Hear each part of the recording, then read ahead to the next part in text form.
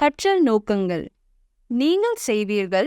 கோணங்கள் மற்றும் அவற்றின் வகைகளின் அடிப்படை கருத்தை புரிந்து கொள்ளுதல். கோணங்களில் நிஜ வாழ்க்கை பயன்பாட்டை கற்றுக்கொள்ளுதல். அப்பா, அந்த சாலை பலகைகள் ஏன் வித்தியாசமா தெரியுது? சில நேராகவும் சிலவற்றுல வளைந்த அம்புகளும் இருக்கு. ஆஹா, அருமையான கேள்வி கிருத்தி. அந்த சாலை பலகைகளை நம்ம பாதுகாப்பா வச்சிருக்கவும் நம்ம வழியை கண்டறியவும் இருக்கு. அவங்க கோணங்களை பயன்படுத்தி முக்கியமான தகவல்களை நம்மளுக்கு தராங்க. கோணங்களா? நீங்க என்ன சொல்றீங்கப்பா? சரி, நான் உனக்கு சொல்றேன். அங்க பாரு, நேரான சாலையின் அடையாளத்தை சுட்டிக்காட்ட பெரிய மொத்தமான அம்புக்குறி அங்க நேரா இருக்கா? இது நேரான அம்புக்குறின்னு அழைக்கப்படுது. நமக்கு முன்னாடி இருக்கிற பாதை நேரா இருக்கு, நாம திரும்பி பார்க்க வேண்டிய அவசியம் இல்லைன்னு நமக்கு சொல்லுது. அம்புக்குறிக்கும் சாலைக்கும் இடையே இருக்கிற கோணம் 0 டிகிரி ஆகும். ஏன்னா அது சரியா நேரா இருக்கு. சரி, எனக்கு புரிஞ்சுது. ஆனா அந்த வளைந்த அறிகுறிகள் என்ன? அந்த வளைந்த குறியீடுகள் வளைந்த அம்புக்குறின்னு அழைக்கப்படுது. முன்னாடி இருக்கிற சாலை வளைந்து அல்லது வளைய போகுதுன்னு நம்ம கிட்ட சொல்றதுனால அது சிறப்பு வாய்ந்தது. அம்புக்கும் சாலைக்கும் இடையே உள்ள கோணம் சாலை எவ்வளவு வளைந்திருக்கு என்பதை காட்டுது.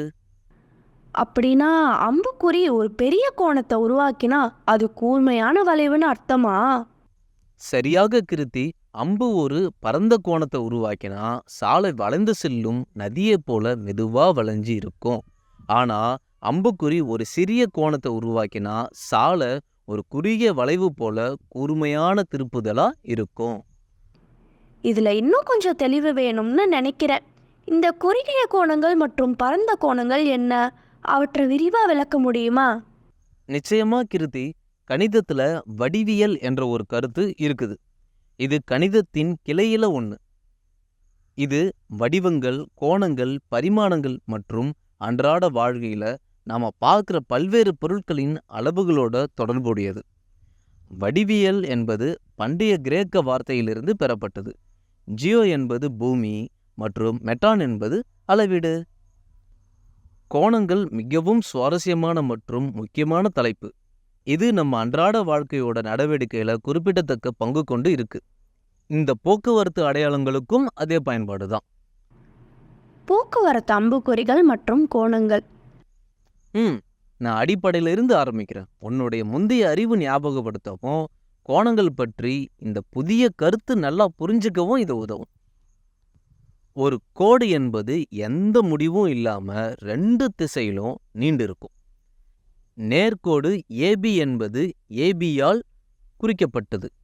சில நேரத்துல ஆங்கில எழுத்துக்கள் எல், எம் மற்றும் என் என்பதை கோடுகளை குறிக்க பயன்படுத்துகிறோம். ஒரு நேர்கோட்டு துண்டு என்பது 2 முடிவு புள்ளிகளை கொண்டு இருக்கும்.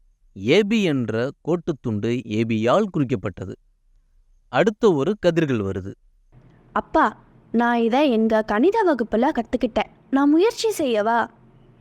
ஒரு கதிர் என்பது ஏ என்ற புள்ளியில் தொடங்கி பி என்ற புள்ளி வழியா ஒரு குறிப்பிட்ட திசையில எந்த முடிவும் இல்லாம நீண்டு போகும் கதிர் ஏபியானது ஏபியால் குறிக்கப்படும். அருமை அன்பே. இப்போ கோணங்கள் என்றால் என்னன்னு சொல்ல முடியுமா? நிச்சயமா அப்பா. ஒரு பொதுவான புள்ளியிலிருந்து புறப்படும் 2 கதிர்களுக்கு இடையே அமைவது ஒரு கோணம். ஒரு கோணத்தை உருவாக்கும் கதிர்கள் அக்கோணத்தின் கைகள் என்றும் பொதுவான புள்ளிய கோணத்தின் முனை என்றும் அழைக்கப்படுது. நாங்க பல்வேறு வகையான கோணங்களை பத்தி படிச்சிருக்கோம். அவைகள் குறுங்கோணம், செங்கோணம், விரிகோணம், நேர்கோணம் மற்றும் பின்வலை கோணம். ஆனா மற்ற அறிகுறிகள் பத்தி என்ன? இந்த வடிவியல் வடிவிலான போக்குவரத்து அறிகுறிகள் கொஞ்சம் குழப்பமாவே இருக்கு. சரி, எதிர் எதிர் திசையில 2 அம்புக்குறிகளை கொண்டு ஒன்றை பாருங்க. இது ஒய் வெட்டு அடையாளம்னு அழைக்கப்படுது. அந்த அம்புகளுக்கு இடையே உள்ள கோணங்கள் சாலை 2 வெவ்வேறு திசைகளாக பிரியும் என்பதை காட்டுது. ஒரு அம்பு இடதுபுறம் செல்கிறது, மற்றொன்று வலதுபுறம் செல்கிறது. ஓ, அது அர்த்தமுள்ளதா இருக்குது. மேலும் டி வெட்டு அடையாளம் என்ற ஒரு அம்புக்குறி பக்கமாக சுட்டி காட்டுகிறதா? இந்த அம்பு சாலையுடன் ஒரு செங்கோணத்தை உருவாக்குது. அதாவது சாலை முடிவடைந்து நாம இடது அல்லது வலது பக்கம் திரும்பணும். ஓ, இப்போ இந்த கோணங்கள் என்னன்னு அழைக்கப்படுது? இவை அடுத்துள்ள கோணங்கள், நேர்கோட்டு இணைக்கோணங்கள் மற்றும் செங்குத்தாக எதிர்கோணங்கள் போன்ற வெட்டும் கோடுகளால் அமையும் கோண இணைகளாகும். அப்பா, இதை பற்றி தெரிஞ்சுக்க ஆர்வமா இருக்கேன். அவற்றை ஒவ்வொன்றா விளக்க முடியுமா? ஏன் முடியாது? நான் தொடங்குகிறேன். அடுத்துள்ள கோணங்கள் பொதுவான ஒரு முனை மற்றும் பொதுவான கதிர், மேலும் பொதுவான உட்பகுதி இல்லாத இரு கோணங்கள் அது. இரண்டு கோணங்கள் அடுத்துள்ள கோணங்கள் என்று கூறப்படுகிறது என்றால் அதுக்கு ஒரு பொதுவான முனை இருக்கு, அதுக்கு ஒரு பொதுவான கதிர் இருக்கு. இரண்டு கோணங்களின் மற்ற கதிர்கள் பொதுவான கதிரின் எதிர்ப்பக்கங்களா இருக்கு. நாம இந்த உதாரணத்திலிருந்து கற்றுக்கொள்ளலாம். கொடுக்கப்பட்ட படத்துல உள்ள இந்த கோணங்கள் அடுத்துள்ள கோணங்களா? அப்பா, இதுக்கு பதில் சொல்ல முயற்சிக்கிறேன். கோணங்கள் கோணம் 1 மற்றும் கோணம் 2 அடுத்துள்ள கோணங்கள் இல்லை, ஏன்னா அதில் பொதுவான கதிர் இல்லை. கோணங்களின் கோணம் 1 மற்றும் கோணம் 2 அடுத்துள்ள கோணங்கள் இல்லை, ஏன்னா அதில் பொதுவான உட்பகுதிகள் இருக்கு. கோணங்களின் கோணம் 1 மற்றும் கோணம் 2 அடுத்துள்ள கோணங்கள் இல்லை, ஏன்னா அது பொதுவான முனையை கொண்டில்லை. கோணம் 1 மற்றும் கோணம் 2 அடுத்துள்ள கோணங்கள், ஏனெனில் அது பொதுவான கதிர், பொதுவான முனை மற்றும் பொதுவான உட்பகுதி இல்லை. சரிதான் அன்பே. மற்ற தொடர்புடைய கோணங்களை பற்றியும் நாம் கற்றுக்கொள்ளணும். இந்த கோணங்கள் நிரப்பு அல்லது மிகை நிரப்பு கோணங்களா இருக்கலாம். நிரப்பு கோணங்கள் இரு கோணங்களின் கூட்டுதல் 90 டிகிரியாக இருந்தா அவை நிரப்பு கோணங்கள் எனப்படும். மேலும் ஒவ்வொரு கோணமும் மற்றொன்றின் நிரப்பு என்று அழைக்கப்படுது. இரண்டு கோணங்களின் முனைகள் ஒரே மாதிரியாகவோ அல்லது வேறுபட்டதாகவோ இருக்கலாம். கொடுக்கப்பட்ட படத்துல கோணம் ஏஓபி மற்றும் கோணம் பிஓசி நிரப்பு கோணங்கள் எனில், கோணம் ஏஓபி கூட்டல் கோணம் POC is equal to 30 degree கூட்டல் 60 degree is equal to 90 degree. எனக்கு புரிஞ்சுதுப்பா. இப்போ இதுக்கு பதில் சொல்லுங்கண்ணா. 68 டிகிரியின் நிரப்பு என்ன? இது எளிதாப்பா. 90 டிகிரி கழித்தல் 68 degree is equal to 22 degree. அப்போ 68 டிகிரியின் நிரப்பு 22 டிகிரி. அது நல்லது. இதே போல நம்ம கிட்ட துணை நிரப்பு கோணங்கள் இருக்கு.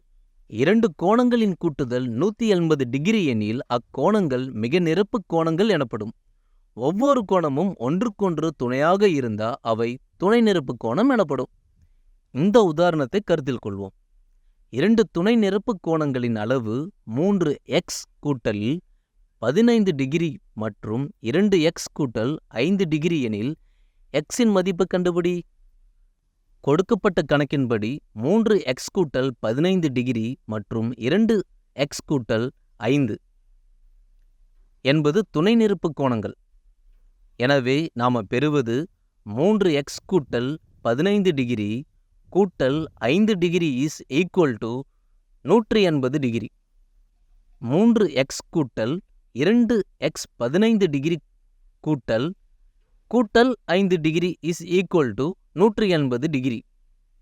3x கூட்டல் 2 15 டிகிரி கூட்டல் 5 degree is equal to 180 degree.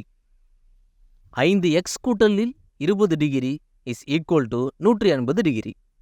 5x கூட்டலில் 20 டிகிரி கழித்தால் 20 degree is equal to 120 degree. 5x is equal to 160 degree. x is equal to 160 degree by 5 degree. x is equal to 32 degree. எனவே எக்ஸின் மதிப்பு is equal to 32 degree. ஓ, இப்போ நான் புரிஞ்சுக்கிட்டேன். எனவே இந்த போக்குவரத்து அறிகுறிகள் அருகிலுள்ள கோணங்களை பயன்படுத்தி நாம் எங்கே போகணும், அப்புறம் என்ன எதிர்பார்க்கிறோம் என்பது கூறுது. நான் சொல்லுவது சரிதானப்பா? ஆமான்பே, நீ சீக்கிரம் கற்றுக்கொண்டே. நன்றிப்பா. எங்கு செல்ல வேண்டும், எதை எதிர்பார்க்கணும் என்பதை சொல்ல சாலை பலகைகள் எப்படி கோணங்களை பயன்படுத்துகின்றன என்பதை நான் இப்போ புரிஞ்சுக்கிட்டேன். உன்னை வரவேற்கிறோம் கிருத்தி. இந்த அறிகுறிகளுக்கு கவனம் செலுத்துவது முக்கியம். ஏன்னா வாகனம் ஓட்டும்போது அவ பாதுகாப்பா இருக்கவும் சரியான தேர்வுகளை செய்வதும் உதவுது. இப்போ நம்ம கண்களை சாலையில வைத்து விடுமுறைய அனுபவிப்போம். மறுபரிசீலனை. நீங்கள் கற்றுக்கொண்டீர்கள் கோணங்களின் வகைகள், அடுத்துள்ள கோணங்களின் நிஜ வாழ்க்கை பயன்பாடு, கோணங்களின் கணித சிக்கல்களை தீர்க்க